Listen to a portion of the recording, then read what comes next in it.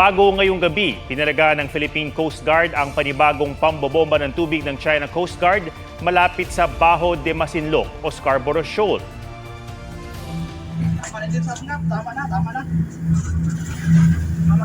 Ayon sa PCG, nilapitan ng barko ng China ang BRP Datu Tamblot ng BFAR at binugahan ito ng tubig.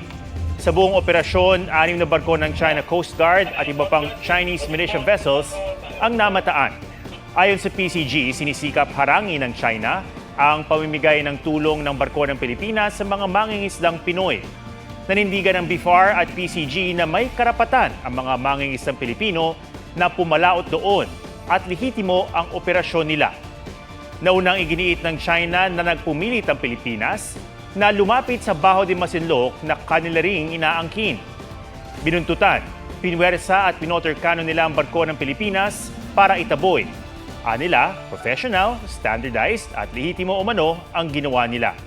Matatandaang ang standoff ng China at Pilipinas sa Bajo de Masinloc noong 2012 ang isa sa mga ugat ng arbitration case ng Pilipinas para ipawalang bisa ang 9-9 claim ng China. Naipanalo ito ng Pilipinas noong 2016 pero hindi kinikilala ng China. Huwag magpahuli sa mga balitang dapat niyong malaman. Mag-subscribe na sa GMA Integrated News sa YouTube.